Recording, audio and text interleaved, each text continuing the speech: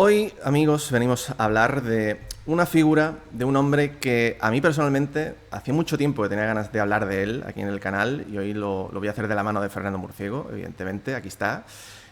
Murciego, hablamos de un Bjorn Borg que muchos lo conocerán en la historia reciente por ser el entrenador del Team Europe en la Liver Cup, que los más veteranos que quizás vean en el canal lo mismo le han visto jugar, probablemente, no muchos, pero quizás la gran mayoría no sabe la increíble historia que tiene este hombre detrás, la cantidad de cosas que ha hecho por el tenis, porque desde que surge como tenista Bjorn Borg, creo que la historia del tenis moderno, tal y como lo conocemos, cambia, ¿no?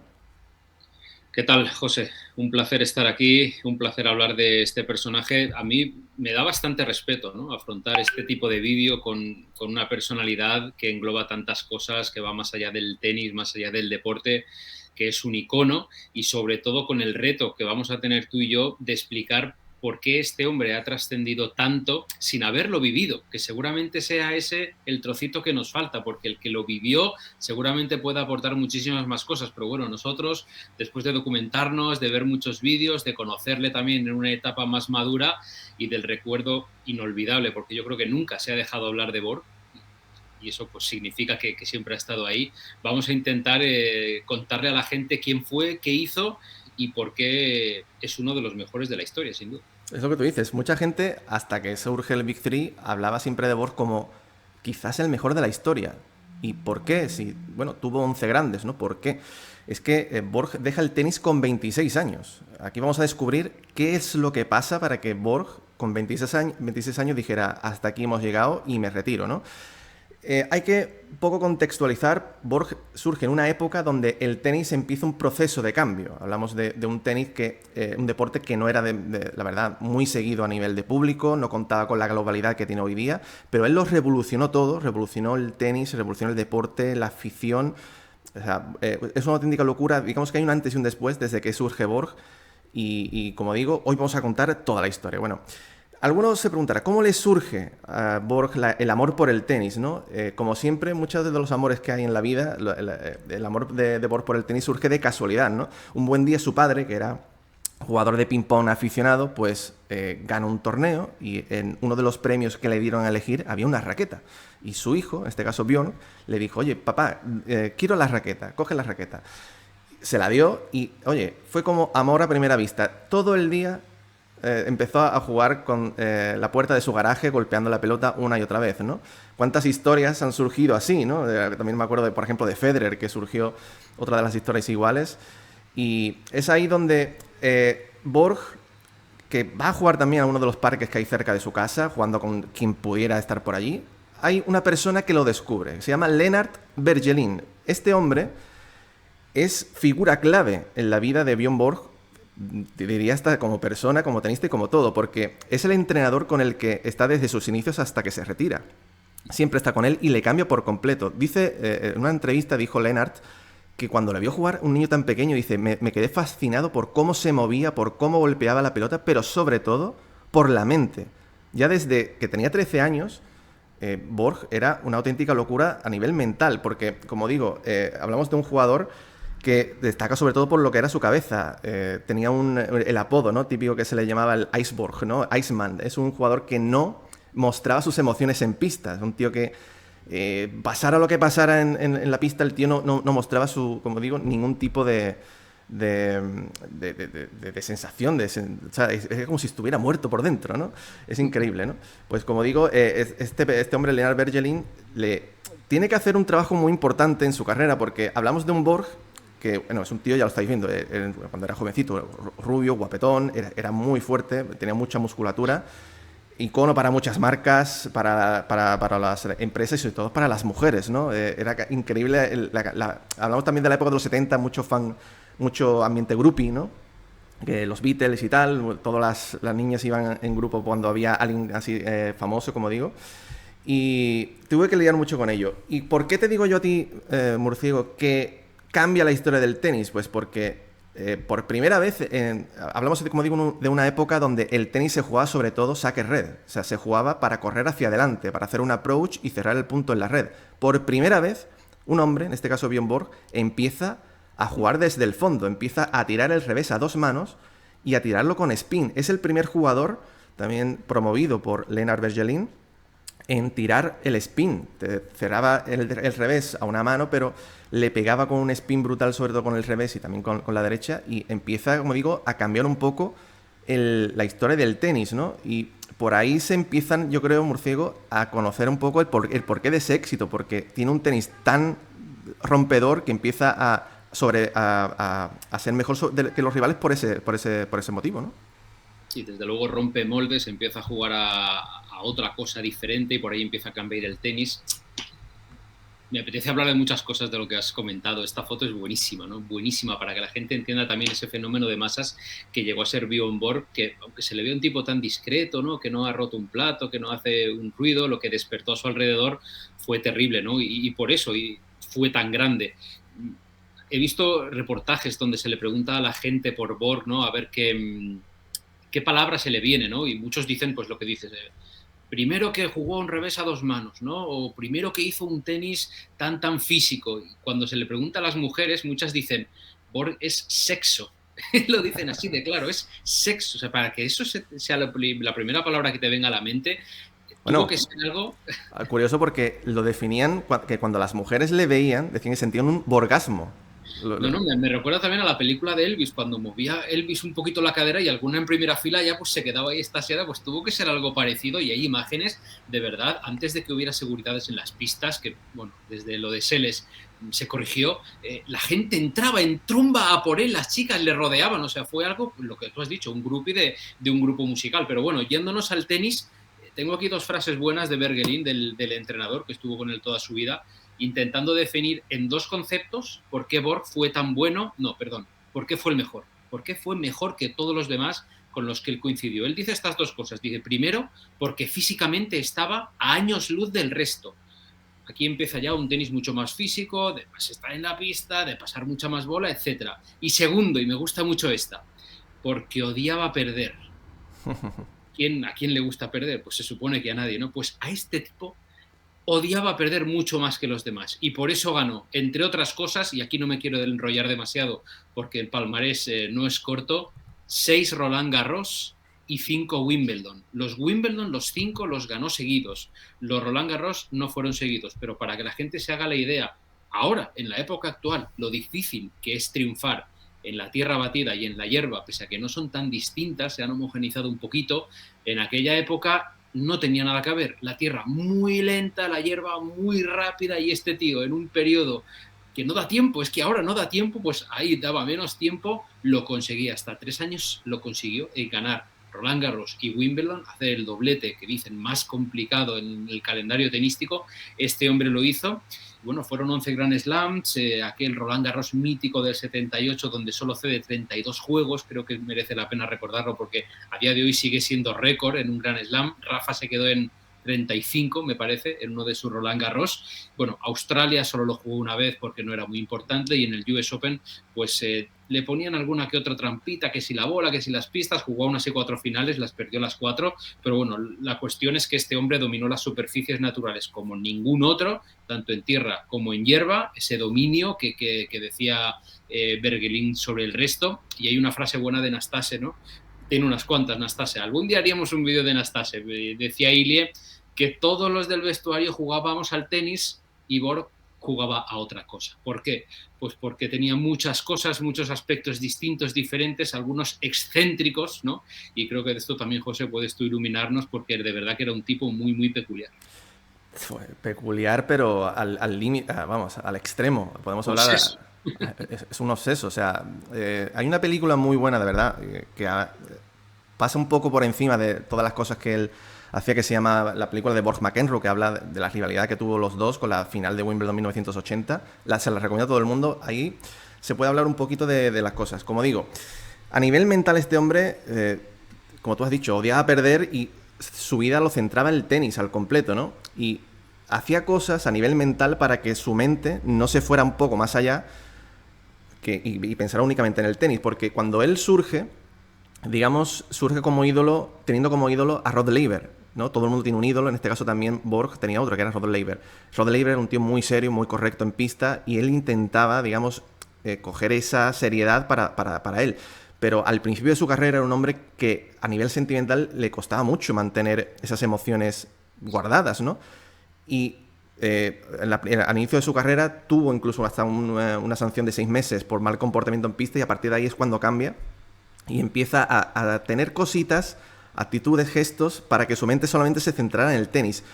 Hay tanta cantidad de rarezas que este hombre tenía, de verdad, o sea, tal cantidad que os puedo hacer una de las multitud de cosas. Por ejemplo, durante los torneos no se afeitaba. No se afeitaba, decía que le daba mala suerte, entonces es normal verle al inicio del torneo sin barba, y al final, como siempre llegaba a finales, semifinal, final, pues llegaba con bastante barba. Dormía con el aire acondicionado al máximo, o sea, al máximo de frío, porque eso le permitía tener las pulsaciones más bajas durante la noche. Llegaba a tener, dijeron, 29 pulsaciones por minuto durmiendo. O sea, para que veáis el estado de forma en el que estaba este hombre, ¿no? Siempre se duchaba en la misma ducha durante los torneos, vestía la misma ropa, siempre alquilaba el mismo hotel, cogía el mismo taxi, hacía el mismo recorrido, le obligaba al taxista a hacer el mismo recorrido una y otra vez. Se sentaba en la misma silla, siempre, la misma silla. Utilizaba 2 toallas, ni una ni 3, 2, siempre 2. Durante los puntos se tocaba la cinta, pellizcaba las cuerdas de la raqueta, se golpeaba las zapatillas con la raqueta. Todo, él siempre decía, para que mi cabeza solamente pensara en el tenis y no se fuera, como digo, más allá. ¿Por qué decimos también que que cambió el tenis? Bueno, fue el primer hombre que en este caso viaja con un entrenador digamos que profesionaliza la profesión de entrenador. Nadie viajaba con un entrenador hasta que un día le dice a Lennart: oye, vente conmigo a un torneo que quiero que me acompañes. Y decía Borg, la gente me miraba por los torneos con una cara como diciendo, pero este tío, ¿qué hace? ¿Sabes? Acompañado de un entrenador. Algo que hoy día vemos muy normal, incluso vemos a gente con 15 personas en su equipo. El primero que lo hizo, como digo también, en este caso fue Björn Borg. Y Murciego, te quiero comentar un capítulo especial porque Borg con su raqueta tenía una relación que llegaba al extremo. O sea, era una obsesión tal como tal, ¿vale? En una época, como digo, los años 70, no había como las marcas de hoy en día, que uno puede patrocinar un coche, un banco, un seguro, ¿no? Allí entonces lo que más era la ropa y la raqueta, ¿no? Y se mataron por patrocinar, en este caso, a Björn Borg. Y ganó, por ejemplo, Wimbledon Junior con una Schlesinger, pero firmó por una empresa belga, se llamaba Donay. La raqueta es una raqueta Donay. Aquí lo vemos. La raqueta de madera, yo creo que es, vamos, los más veteranos del canal, quizás cuando surgieron de pequeñitos, crecieron con esta raqueta, la Donay, ¿no? Como digo, es una empresa belga que se hizo de oro gracias a, en este caso, la contratar o convencer a Björn Borg. Borg tenía, como digo, una obsesión por la raqueta y por las cuerdas, que era de locos. Mira, la raqueta, como digo, es de madera, pues él mandaba a Donay, la empresa, que la recopilaran de los bosques de Cobán, en Bélgica. Ahí probaba distintos tipos de madera hasta que se quedaba con la adecuada, ¿no? Y mandaba construir 1000 raquetas cada año, 1000. Y todas las raquetas, aquí es donde entra un poco la obsesión de este hombre por el tema de la raqueta, debía pesar exactamente 415 gramos y medir 33 centímetros de un extremo a otro. La raqueta, aparte, tenía que tener refuerzos con otra madera, porque otra de las cosas que él tenía, que es que encordaba a 36 kilos. Esto, de verdad, algunos podrán pensar incluso para hoy día es algo que es extremo. Los tenistas normalmente encuerdan entre 24 y 25 kilos. Imagínate 36. Pues evidentemente la madera no soportaba esa tensión, ese peso, y muchas veces cedía o se rompían las cuerdas, ¿no? No había, digamos, raqueta de madera que no se deformase, ¿no? ante eso. Borg traía su propio encordador, que era un hombre que se llama Mats Laftman, que, era un tío que de verdad tenía que estar cada día encordando más de 30 raquetas, incluso más de 50 muchas veces. Decía Borg que en un torneo llegó a romper hasta 60 veces las cuerdas de una raqueta, para que imaginéis cómo era el tema, ¿no? Y hay una de las cosas, y esto es una representación de la película, como digo, de Borg y McEnroe. Cada día, antes del partido, por la noche, ponía 25 raquetas en el suelo y él pasaba por encima de la cuerda de la raqueta para destensarlo un poquito, y luego se ponía a chocar una raqueta con otra para escuchar el sonido. Y tenía que tener el sonido perfecto, como digo, que él tenía que coger para el día siguiente. Se quedaba con las 10 mejores. Y dejaba las 10 raquetas en el suelo, Murciego. También creo que te recuerdas la anécdota que la habrás leído seguro, que cada noche se despertaba muchas veces porque la propia raqueta o se rompía la madera o las cuerdas le despertaban de la tensión que tenía que soportar. Como digo, un tema de obsesión, ¿no? Es increíble. Y estoy pensando en si esto no merecía un vídeo aparte, fíjate.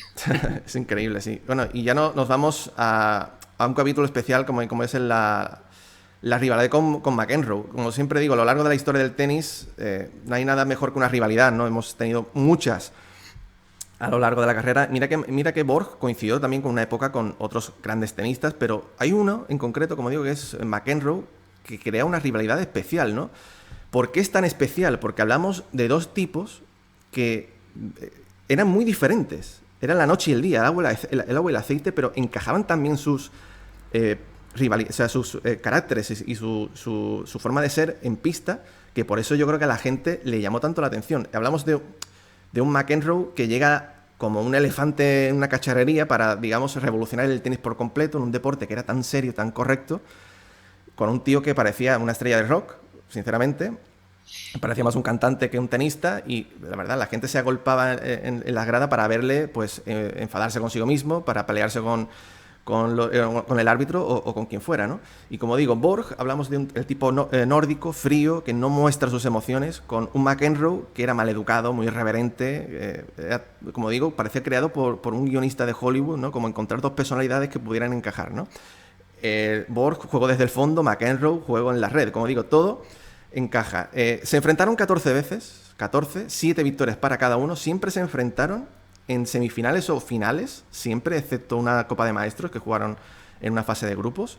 Y dijo Borg que él siempre que se enfrentaba a McEnroe era muy especial, ¿no? Porque era diferente a todos y que notaba que había como algo especial cuando saltaban a pista los dos, ¿no? Yo creo que todo el mundo lo recordará, sobre todo por la final de Wimbledon 1980, que es, yo creo, la final que cambia un poco la historia del tenis, porque a partir de ese día el tenis toma otra dimensión, mucho mayor, mucho más grande, ¿no? Y la verdad que ese partido, o sea, todo lo que podamos decir nunca va a, digamos, recopilar lo que sucedió aquel día. Si hay vídeos en YouTube, veros, de verdad, ese partido, porque fue una locura, sobre todo el tiebreak del cuarto set. Gana el primer set Borg, los dos siguientes, perdón, gana el primer set McEnroe, los dos siguientes Borg, en el cuarto llega el tiebreak, y es el tiebreak que hablan del mejor tiebreak de la historia del tenis. Son 34 puntos, una oda al tenis, es maravilloso. El partido se lo llevó McEnroe, luego en el quinto set gana Borg. Y fíjate, hablamos de un Borg que normalmente es muy frío, no suele mostrar sus emociones cuando gana. En este caso Borg deja salir por completo esa emoción, rompe, ¿no? Como un dique que rompe las aguas y sale. Y esa imagen que es, como digo, es mítica. Fíjate que se llevaban un poco a matar, Murciego, se llevaba un poco a matar tanto Borg como McEnroe. La prensa también quería enfrentarlos. Pues sin ir más lejos, después de aquello, crea una amistad que perdura todavía a día de hoy. De hecho, fue padrino de boda McEnroe de Borg.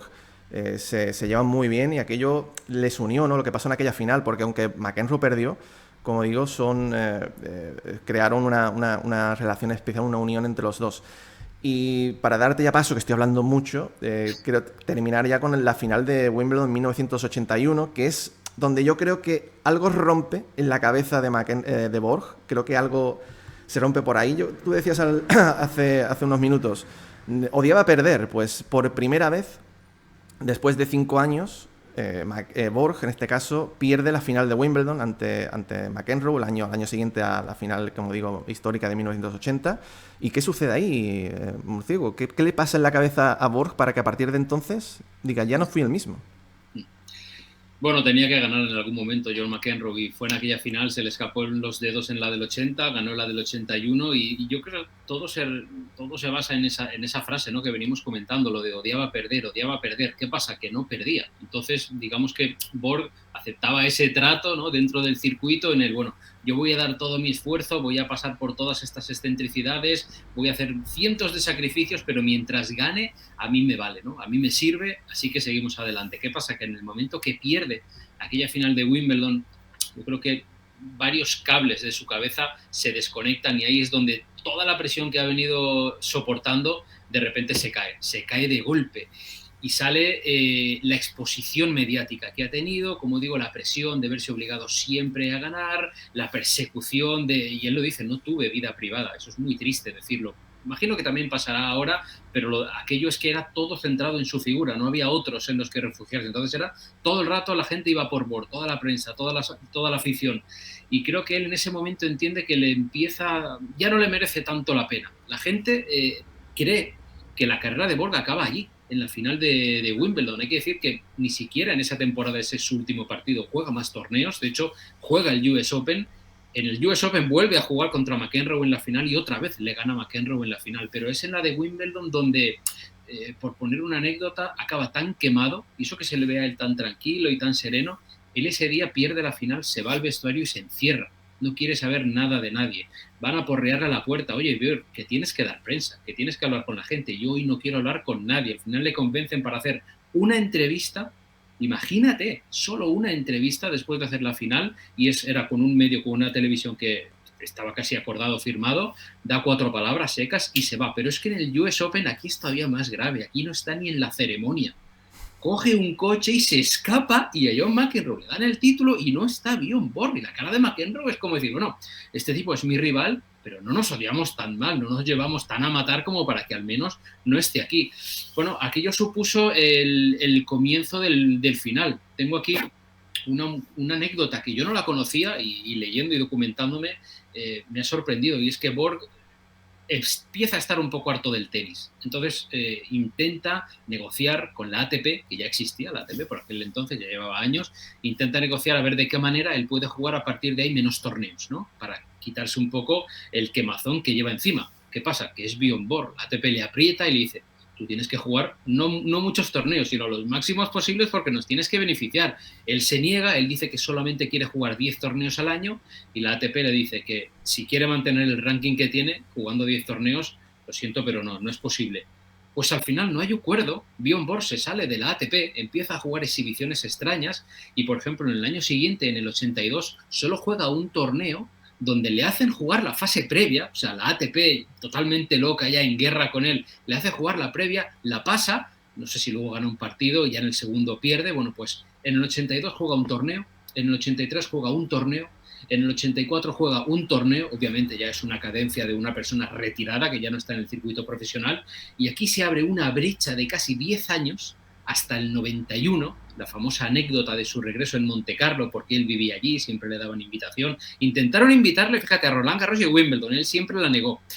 Pero a Montecarlo sí que volvió para perder en primera ronda con nuestro Jordi Arrese. Ahí está el bueno de Jordi, ese gran partido donde Borg vuelve casi 10 años después. Borg tiene 36 años, Borg no quiere saber nada de la época moderna y regresa con raquetas de madera, donde ya esto está totalmente desfasado, ¿no? Quiere ser tan vintage que no le sale bien. Bueno, pues un torneo en el 91, luego se viene arriba y juega 8 torneos en el 92 y juega 3 en el 93.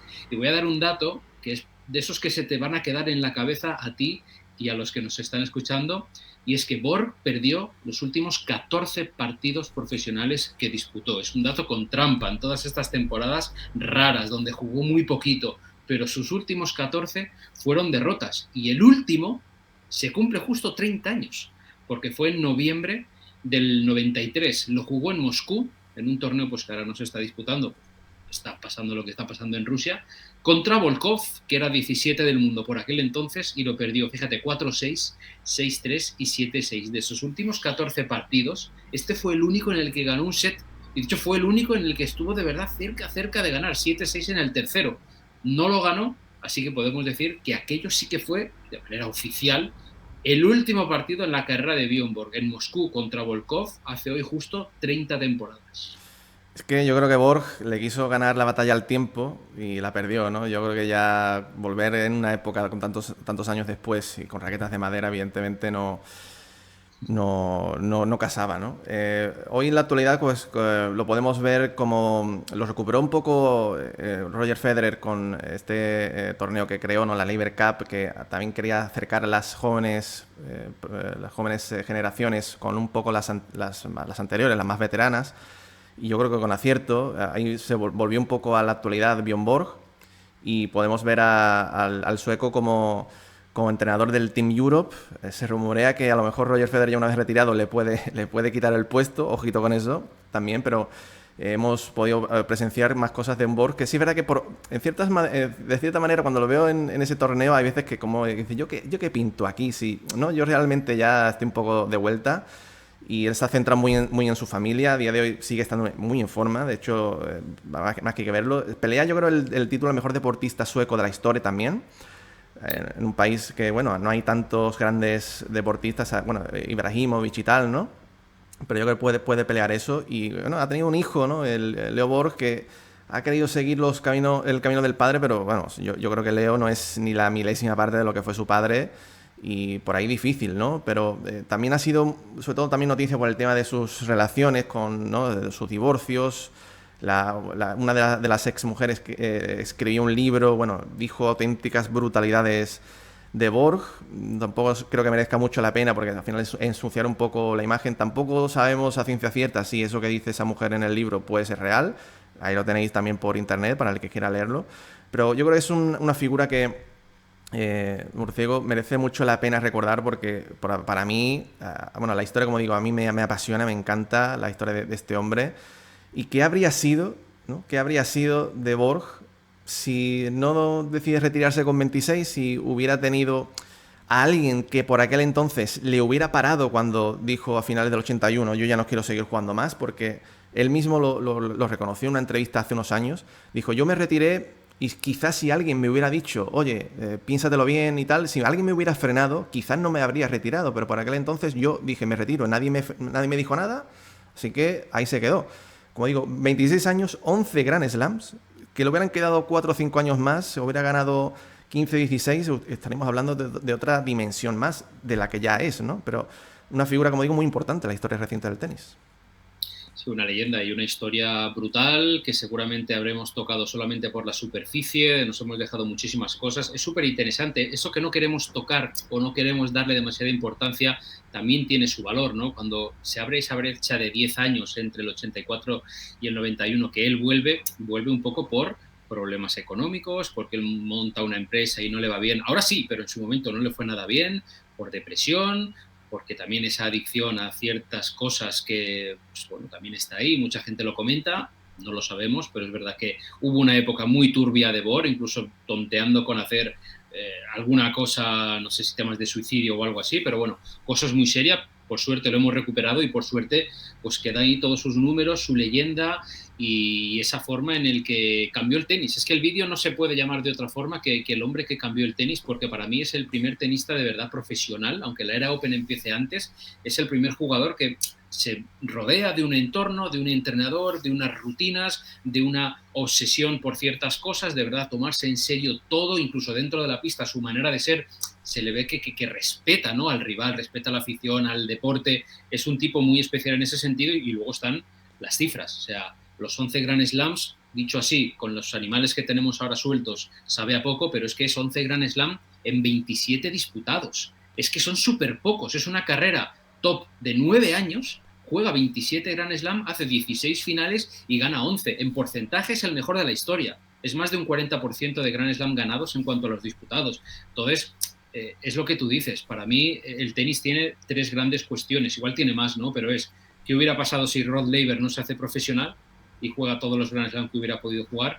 ¿Qué hubiera pasado si Bjorn Borg no se retira? ¿Y qué hubiera pasado si Mónica Seles no tiene aquel desgraciado accidente? Estas 3 incógnitas son perfectamente 3 jugadores que son candidatos al GOAT, y para algunos lo son. O sea, gente que vio jugar a Borg, ni duda. O sea, dice, Bjorn Borg, señores, o sea, esto es algo que nunca se había visto, fue revolucionario, luego han venido otras cosas, pero la huella en el tenis y en el deporte que dejó Borg es algo ilustre y que creo que ya no se volverá a ver nada igual. No, y que tampoco estaba tan profesionalizado el tenis, que casi nadie iba a Australia. No tenía la importancia que tiene hoy día, ¿no? Hacer todas las giras, todos los torneos. No había digamos, el tema de los Master 1000 como hay ahora también. Son tanta cantidad de cosas, pero es una figura muy importante y espero que la gente que nos ve aquí en el canal, si los los que ya le han conocido, le han visto jugar, pues hayan refrescado un poco aquella época, y los que no sabían nada de él, pues hayan podido conocer un poco más la figura de este hombre, que, como digo, a mí me apasiona. De verdad, os recomiendo encarecidamente la película Borg McEnroe, porque vais a conocer de primera mano lo que pasa en aquella final de 1980, que es asombrosa. Murciego, muchas gracias por estar por aquí conmigo contando esta historia. Al fin la hemos grabado y nos vemos prontito por otros vídeos más por aquí. Pues ya era hora de dejar este vídeo en el canal, así que nada, un placer y traeremos más historias, seguro que sí. Hasta pronto, amigos. Chao. Chao.